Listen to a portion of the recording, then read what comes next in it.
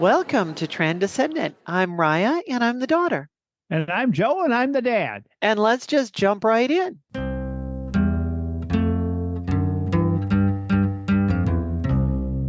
We are here today with Brian McNaught. I am so excited to have Brian here. I can't even begin to talk about how exciting this is for me. When I was first leading up to my transition, I discovered one of Brian's books. And it was incredibly influential in helping me to sort through some of the issues that I was going through. It felt almost like, like it was taboo, or it was so liberating and exciting and terrifying at the same time because I hmm was entering this newfound ground. But Brian has really helped me in my own journey. So we're very grateful to have Brian here. I thank you both. I came out in 1974. I was 26 years old. I was a reporter and columnist for the diocesan newspaper in Detroit, Catholic newspaper. I heard about this organization called Dignity, which is a gay Catholic group. I started the Detroit chapter, and I had come out to everyone at work. But then, and you'll find this interesting because what Raya described for herself was the hero's journey. I got a telephone call from the religion editor at the Detroit News saying, I'm doing a story on homosexuality and religion. She said, and I understand that you're formed Dignity. Would you consent to be interviewed? And I said, yes. I was recently asked by a historian, that you could have said no and then kept your job and things would have turned out very differently. And I said, yes, but I say yes to the universe at every opportunity. How was anyone going to ever find out that we existed if I said no? So I said yes. And I walked into work the next day and they dropped my column because of all the publicity that the newspaper article had generated. People canceled subscriptions. So the reporter called me from the Detroit News and she said, has there been any reaction to my article?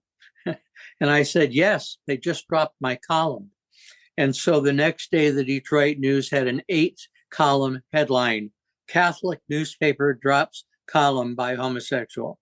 Well, then every news station, radio station in town wanted to talk about it.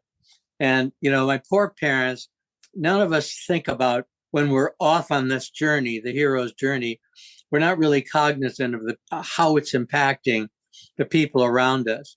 My parents had to go through a very difficult time of having their son, Brian, who was senior class president, had the best grades in the family, middle child of 7. Brian called an enormous amount of attention to them. And that was hard for them. Did they accept you immediately? No, they accepted me immediately. My dad said he thought I had a hormone imbalance and I would outgrow it. What do you know in 1974 or 1972? Of course. And my mom was in the kitchen crying, not because I was gay, but she told my sister, the world's going to be awful to him and there's nothing I can do to protect him. And I think that's the fear that a lot of parents have about their child and coming early out. On, was the world being awful to you in 1974? Oh, yeah. At first, I got fired because I went on a hunger strike to draw attention to the church's teachings on homosexuality and its lack of welcome to gay people. And it lasted 24 days. But during that time, there was a lot of hate calls and death threats. And even at work, people kept talking to me after the article. All the employees were forced to sign a statement saying that they rejected my using the paper as a platform to promote homosexuality. How did that make you feel? It's a great question, Joe. I was involved in every civil rights struggle of the day. You have to remember, back from John Kennedy's assassination, Martin Luther King, Medgar Evers, Bobby Kennedy, Kent State, through all of it, my generation, we grew up with these assassinations, and we grew up having to deal with the Vietnam War and the Black Civil Rights Movement and Malcolm X versus Martin Luther King and Cesar Chavez organizing the farm workers. So I was involved in all of those issues. So when it was my issue, I felt liberated. So I felt that God was really with me. I felt the Holy Spirit was guiding my life. You and I are almost exactly the same age, so I experienced some of those same things myself. Yeah, I was a conscientious objector to the war in Vietnam, which, my father was very upset about because he felt it was, further. Well, that was before I came out. I could have just told him I was gay and the draft board would have said no, but I did it on conscience. And I had to write this big paper and I had to deal with the toughest draft board in Michigan, but they approved it. And I did my alternative service at the Catholic paper. Yeah. You talk about when you came out and at what age, but how early did you know? Oh, I knew when I was really young. I mean, you didn't have a word for it. And if I heard the word, I would be afraid of it. But I knew ever since, and I've always had a girlfriend from kindergarten all the way through, junior year in college. I loved girls. I loved women. I had fun with them. I was funny. And I was the best dancer of any of the guys, in our group. So, they loved me. I was polite. Their mothers loved me. And I wanted, I wished that I could have sexual feelings for them, but I never could. I tried once. I performed properly according to the woman, but I had no feelings, nothing. And the first time that I kissed a man, which was in college, I knew this is it. This is who you are. This is who you've always been. And, you're finally having it confirmed. But I knew all the way through. Maybe that's why I was a super achiever. I was selected when we graduated from an all-boys high school. The faculty unanimously voted me the Christian Leadership Award. So I was the first name on this plaque. And when I came out 8 years later, they took my name off the plaque.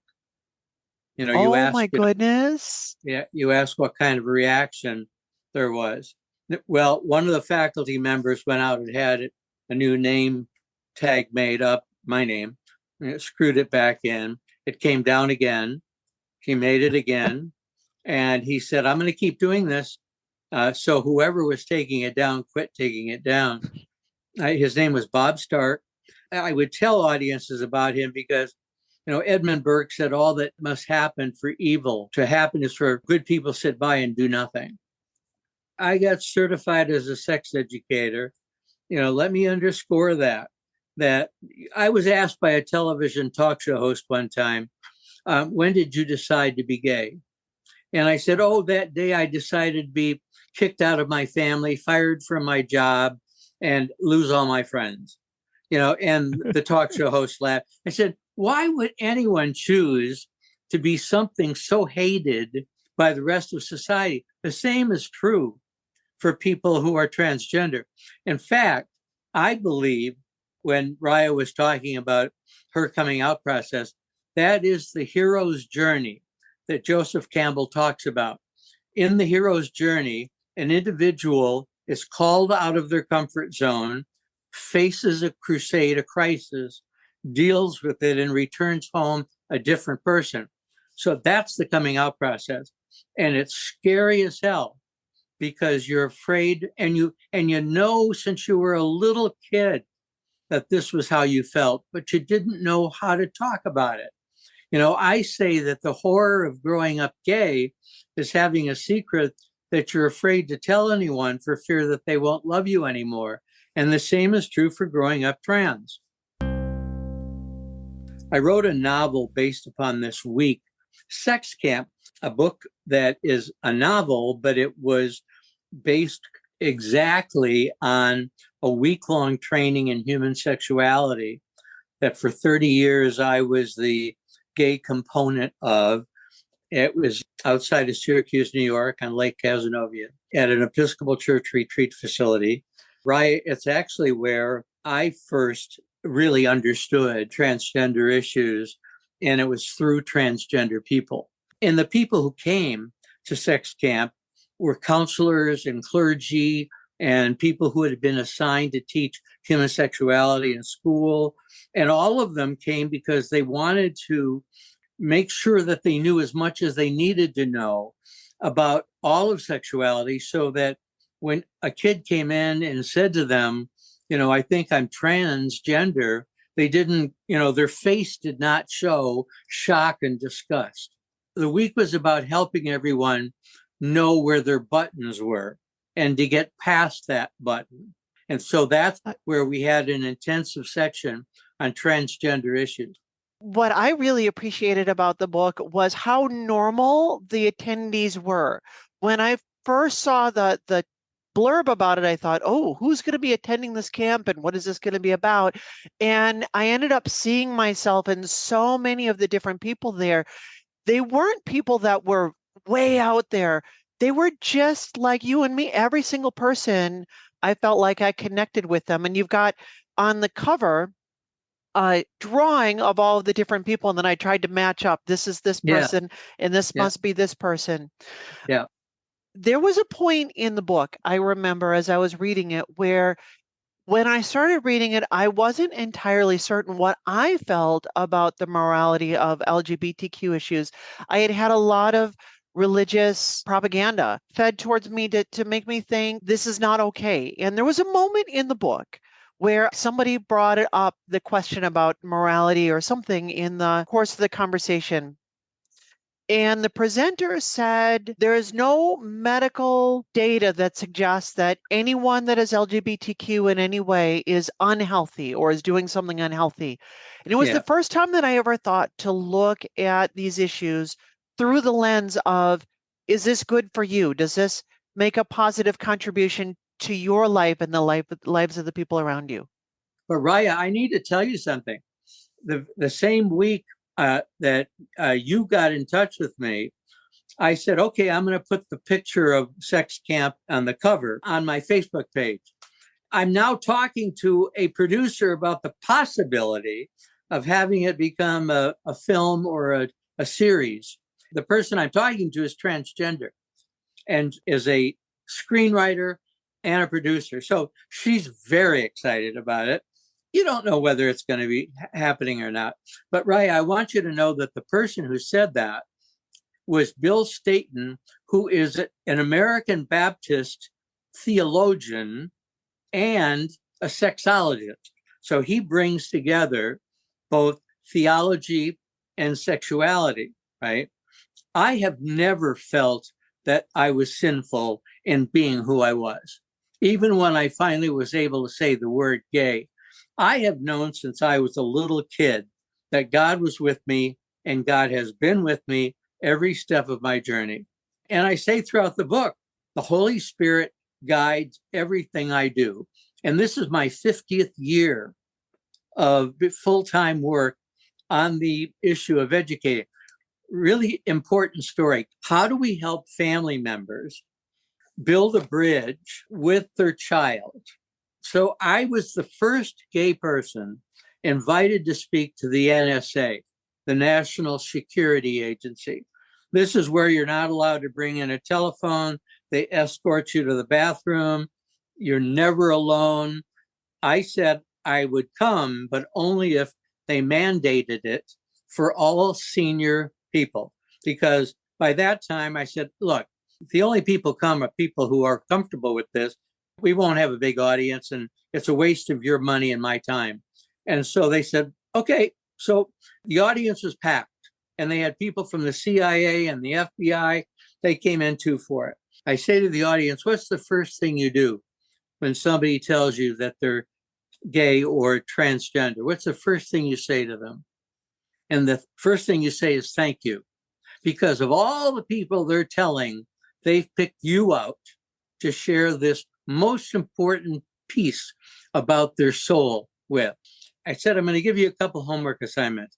One is I want you to go back to your office and tell all of your colleagues where you were today. And I don't want you to say diversity training. I want you to say a training on lesbian, gay, bisexual, transgender issues. Okay. Because when you say LGBT, people think it's a sandwich. So, and then secondly, I want you to go home and talk to your family, sit at the dinner table and say to your spouse and to the kid, tell me about your day. And then when they finish, I want you to say, I was at a presentation on lesbian, gay, bisexual, and transgender issues. I say, use those words. And I found it very interesting, say to them. I got an email the next day from one of the highest ranking people at the NSA. And he said, Brian, you changed my life. He said, I did what you told us to do. I went into the bedroom and an hour later, my teenage daughter came in and said, Dad, I'm a lesbian. And he said, Brian, I did what you said to do. I said to my daughter, honey, thank you for telling me. And she burst into tears and I burst into tears and we hugged. And he said, our lives will never be the same.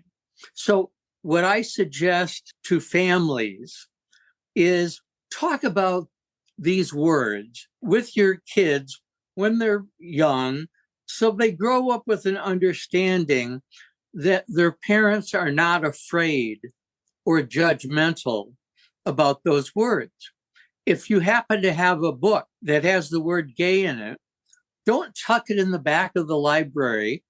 Leave it out on the desk so that when the child walks past it, they think, oh, my dad knows this word and he's not yelling about it.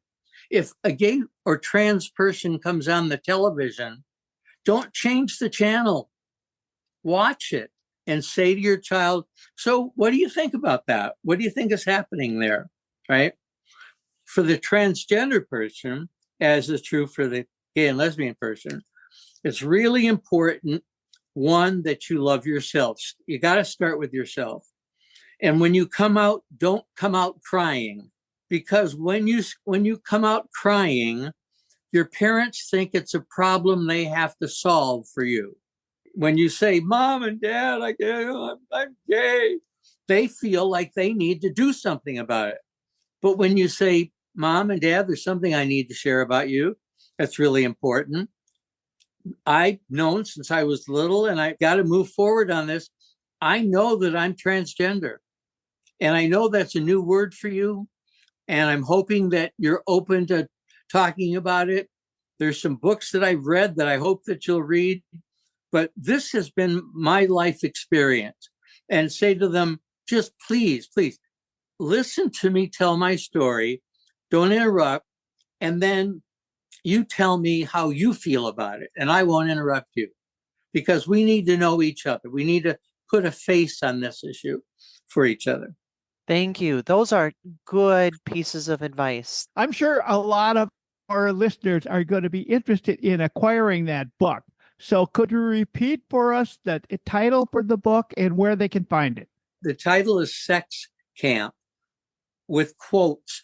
You know, the formal name is the Annual Workshop on Sexuality at Thornfield, but the staff and the participants just call it, I'm going to sex camp, right? And you can get it on Amazon. Just put Sex Camp, Brian McNaught in, or just put Sex Camp in. You should be able to find it. My second book was called On Being Gay, Thoughts on Family, Faith, and Love. I have heard, without exaggeration, from hundreds of gay people who say I literally saved their life because they were thinking of planning to kill themselves. Joe advised me before we began that this is a G-rated program. I'm totally G-rated. And that's why people can hand my book to their parents and say, read this, because I write from the heart about human experiences. And people will say to me, I wrote a syndicated column in the gay press for 12 years. And I write one now in the Florida Gay and Lesbian Transgender newspaper. but I write from the heart, and people say to me, you say what I feel, and I haven't been able to put into words. And I've spoken to hundreds of thousands of people in India, Japan, Singapore, Hong Kong, Australia, Canada, the US. You have to kindly, softly, gently put a face on the issue, but give them examples of what bad things happen. For instance, in one corporation, the person who welcomed me, at the sign-in desk was a transsexual woman. And she was going to be my guide through the building and to the auditorium. And we walked together and we passed lots of people. Every single person we passed looked at me in the eye and said, good morning. But they didn't say a thing to the transgender colleague of theirs. So when we get in to the presentation, I tell the story because I want them to know what kind of things can happen. The people who didn't make eye contact with her weren't hostile. They just didn't know enough to respond, to know how to deal with the issue. So it's like being gay. What gay people happen is that on Monday morning, if you're out of the closet, people will say to everyone else, how was your weekend? But they won't ask the gay person how their weekend was. And it's not because they're hostile, but they think you're going to say, oh, it was great. Ray chained me to the kitchen table. Then we went down to the dungeon and we had this incredible sex. And we had friends come over and we had 5 people go in. They're afraid that you're going to say something like that rather than say, we went to a movie. Right? We went out to dinner and I had a hamburger, rare, which is the way I like it. They're afraid. It's like saying buenos dias to a Spanish-speaking person and you don't speak Spanish and you're afraid they're going to come back at you with Spanish, right? So you don't say anything. You don't say good morning. You don't say buenos dias because you're afraid of making a mistake. Brian, I understand you have your own podcast, and I'm sure our listeners would be interested in knowing about it. My podcast mate, Haley, is a straight, white, cisgender woman from Zimbabwe who helps people with their light. She worked on Wall Street, but what she realized since she was little was that she was clairvoyant. And so she and I do this podcast. It's called Are You Happy Without the Movie? The podcast is about the hero's journey. A friend of mine said to me one time, Brian, I have to be on Oprah Winfrey in order for me to be happy. I have to. I said, Joe, no, you can't say that. He said, Brian, I'm serious. I have to be on Oprah Winfrey. And I said, okay, Joe, let's pretend that you got invited to be on Oprah Winfrey and you're in the green room and you're watching the monitor and you're the next guest who's going to be called up after she finishes talking to this person, right? And your mind starts going to all the things people have told you are going to happen. They're going to ask you to write your life story and people are going to be interviewing you and they may make a movie out of your life. And guess what? The screenplay wins the Oscar and you're walking up the stage to grab that statue. And the technician opens the door and said, I'm sorry, we can't have you on Oprah. We ran over in the last segment. So the question is, are you happy without the movie? How much has to happen in your life before you can say, I'm happy? Haley, she said, that's got to be the name of the podcast. Right? And how can they find that podcast? They can go on my Facebook page, Are You Happy Without the Movie? Or they can go to YouTube. And what we try to do, Joe, is interview people who have made the journey. And we ask them to tell a story. How did you know? When did you know? What did you do? What happened?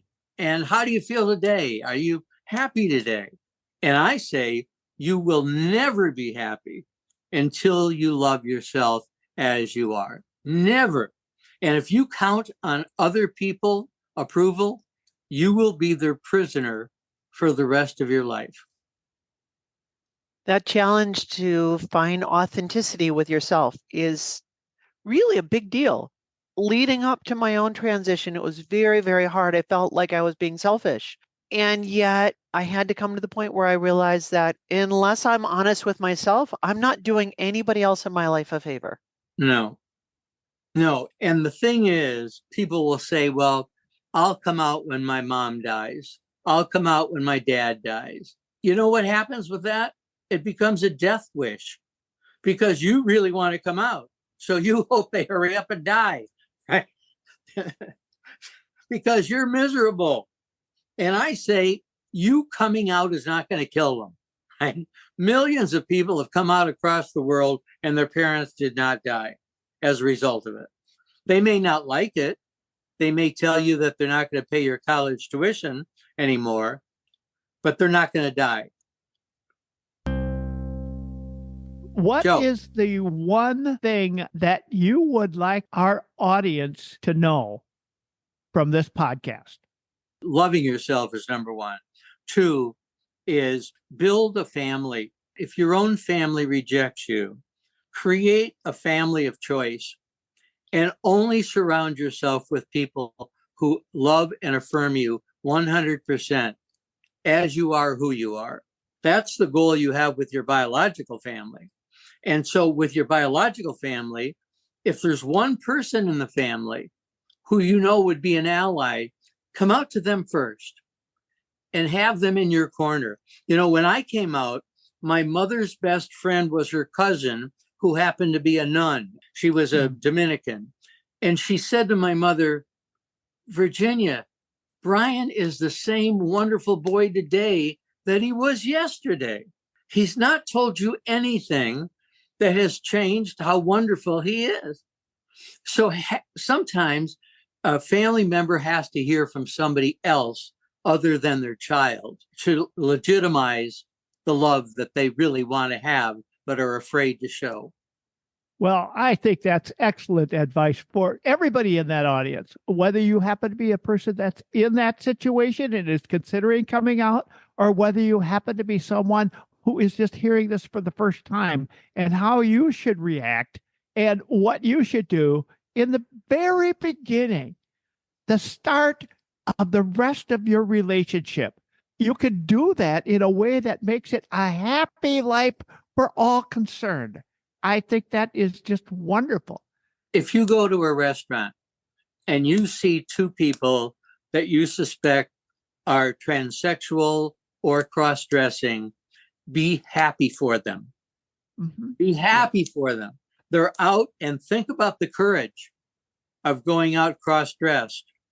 Think about how brave that is, and be happy for them. Brian, thank you so much for joining us. I cannot even begin to describe how excited I am to have you here. Thank you so much for being here. And I really appreciate that you have such a similar heart. You come with just such a positive outlook and finding ways to bring healing and bring more acceptance. We're just so grateful to have you here. And we are on a united mission.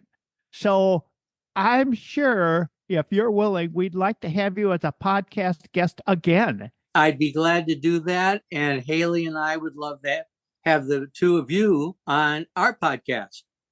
We look forward to it. Ignorance is the parent of fear, and fear is the parent of hatred. What we're dealing with out there is ignorance. And I'm not talking about being stupid. I'm talking about people who have not had the opportunity to understand, to be told in a safe, loving way what this is all about, right? And if you want to be told in a safe, loving way, we suggest you come back here again next week for another exciting podcast. With that, we'll see you Monday.